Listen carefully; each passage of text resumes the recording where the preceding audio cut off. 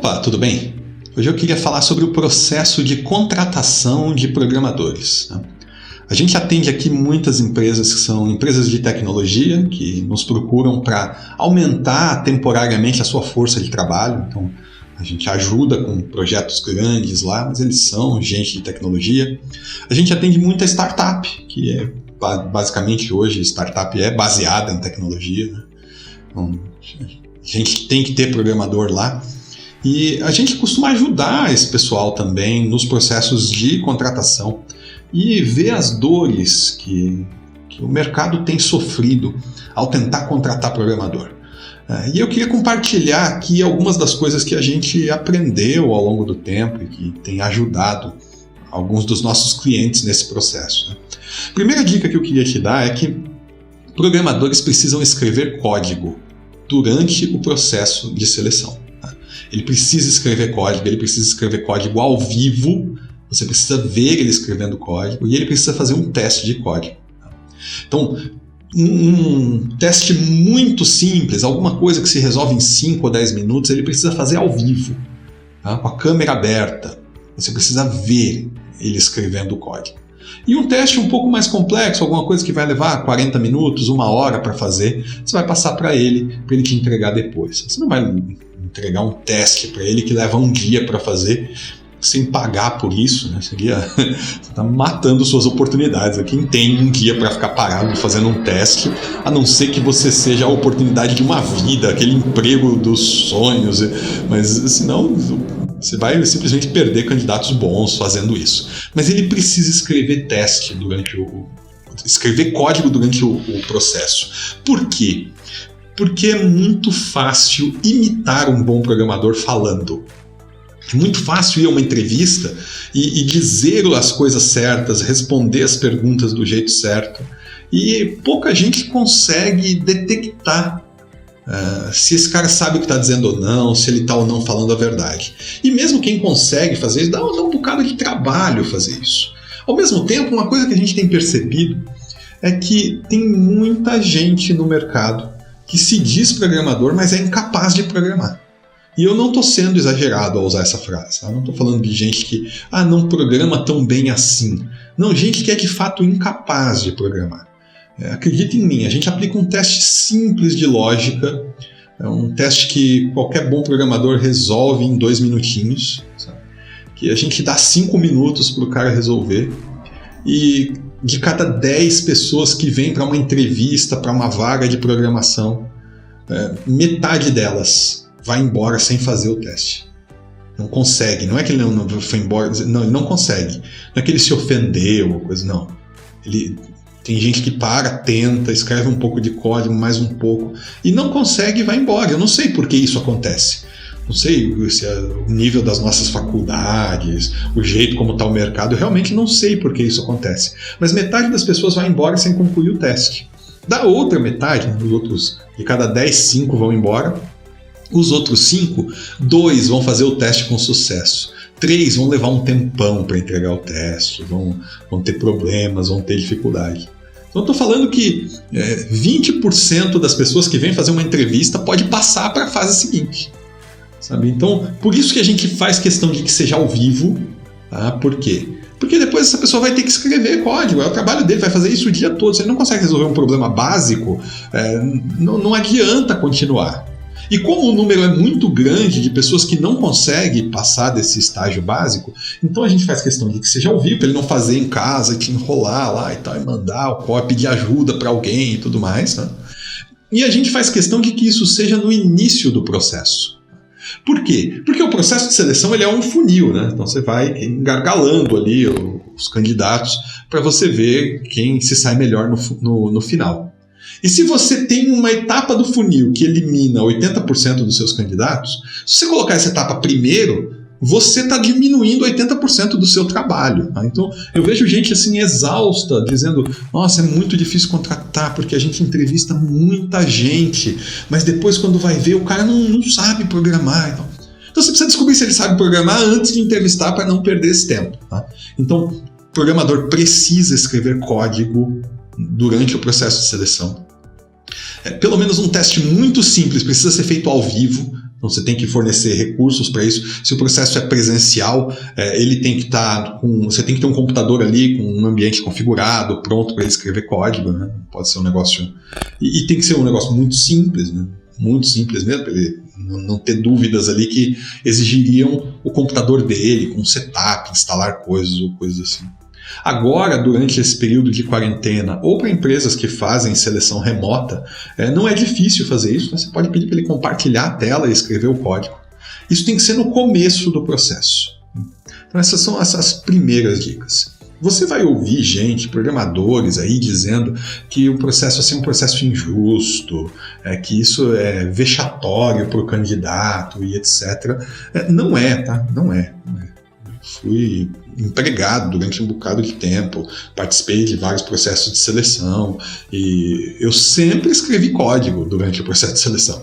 É básico isso, tá? Então, geralmente você vai ouvir um monte de gente ofendida com essa ideia por aí, porque tem um monte de gente que não sabe programar. Então não é com a opinião desses que você tem que se importar.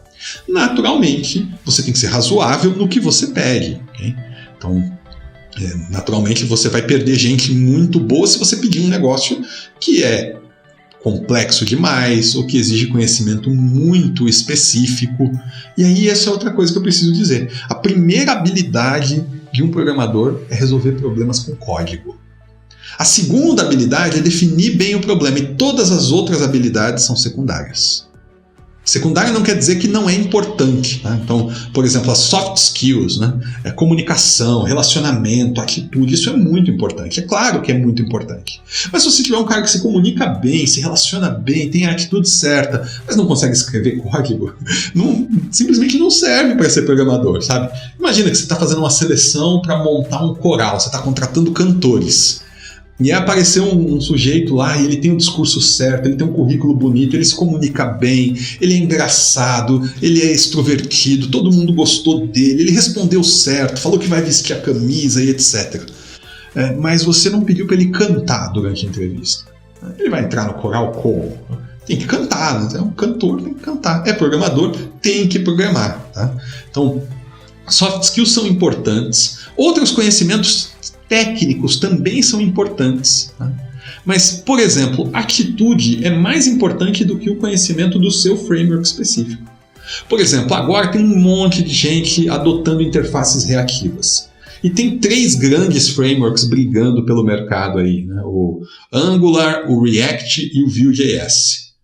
Okay? O Angular foi feito pelo Google, o React pelo Facebook e o Vue.js pela comunidade. Bom, tem gente que sabe um, tem gente que sabe outro, tem gente que sabe outro. Aí o pessoal, eu vejo, esse é um erro muito comum, sabe? O cara começa um projeto em React, e aí ele fala, puxa, eu preciso contratar programadores React. Não, você não precisa contratar programadores React. Você precisa contratar programadores, né? Se eles souberem JavaScript, é suficiente. React se aprende em 2, 3 dias, em uma semana, sei lá. E o cara não vai estudar uma semana para participar de uma entrevista com você, porque ele está num emprego, né? Não é porque ele não queira, não é porque você não vale a pena, mas porque ele está empregado, afinal de contas, trabalhando, sei lá, com Angular lá no trabalho dele. Ele não vai parar uma semana para estudar só para fazer uma entrevista com você. Mas se ele consegue resolver as coisas com Angular, se ele vier trabalhar com você, em uma semana ele vai estar resolvendo as coisas com React. Então, você pedir conhecimento muito específico durante o processo de seleção vai abrir a porta para um monte de gente que vai te dar trabalho, porque o cara ele estudou frameworks, ele estudou tecnologias específicas, e vai fechar a porta para um monte de gente boa que, eventualmente, está trabalhando com outra tecnologia, outro framework, né? Está numa empresa que fez uma escolha diferente. Tá? Então, o ideal é que a sua prova, né, o seu teste, possa ser resolvido de várias maneiras diferentes, possa ser resolvido com o framework que o seu candidato está acostumado a usar e que você tenha, dentro da sua estrutura, a consciência e os recursos para que esse cara passe uma semana estudando. Né? Vale muito a pena. Contratar alguém bom às vezes leva 3 meses.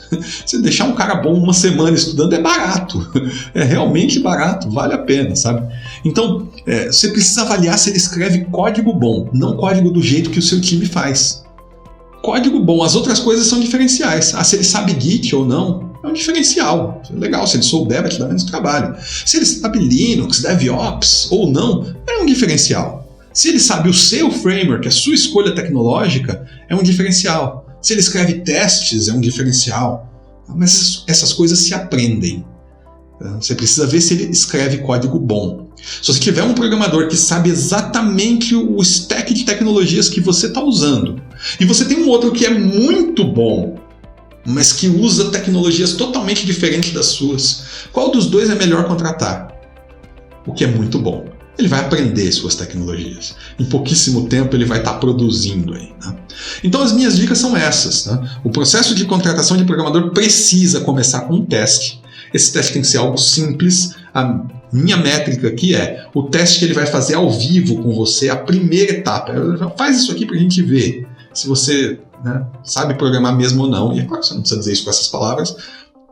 5 minutos esse teste. Depois alguma coisa que ele vai fazer em casa, que ele vai resolver em 40 minutos. Tá? Não mais que isso, a não ser que seja o emprego dos sonhos. Esse teste tem que ser alguma coisa que ele consegue resolver com o stack que ele está acostumado a trabalhar lá. Tá? Você pode pedir uma linguagem específica. Não, tem que resolver isso aqui com PHP, porque aqui a gente usa PHP. Tem que resolver com Java, porque aqui a gente usa Java. Mas a escolha de qual framework e etc. pode ser dele. Ele pode fazer do jeito que ele estiver confortável. Se ele souber o seu framework, é um diferencial bom. Mas não é disso que você está atrás, legal? E aí, por fim, contratar é sim complicado, né? Outsourcing pode ser uma solução. Fazer outsourcing, você terceiriza parte desse risco. Então, é claro que outsourcing tem um custo, mas você está terceirizando o risco todo. Se esse negócio der errado, depois, não, o cara não é quem eu queria. Você chega para a empresa de outsourcing e diz troca. E eles que têm que se virar com onde é que esse cara vai se dar melhor, quem que eu posso colocar lá. Você se alivia de um bocado de problema. Então considere outsourcing. E naturalmente, se você vai considerar outsourcing, considere a Vize também. Né? Então a gente pode te ajudar tanto com o processo de seleção, te ajudar a contratar um programador, quanto te ajudar com outsourcing. Entre em contato se você estiver interessado. Diz pra gente aí nos comentários o que você achou, né? E se você está tendo dificuldade de contratar programador, ou se você fez alguma coisa que resolveu o problema para você, se você tem uma dica além das que eu dei aqui, deixa nos comentários aí para todo mundo que assistiu o vídeo poder saber também. Valeu!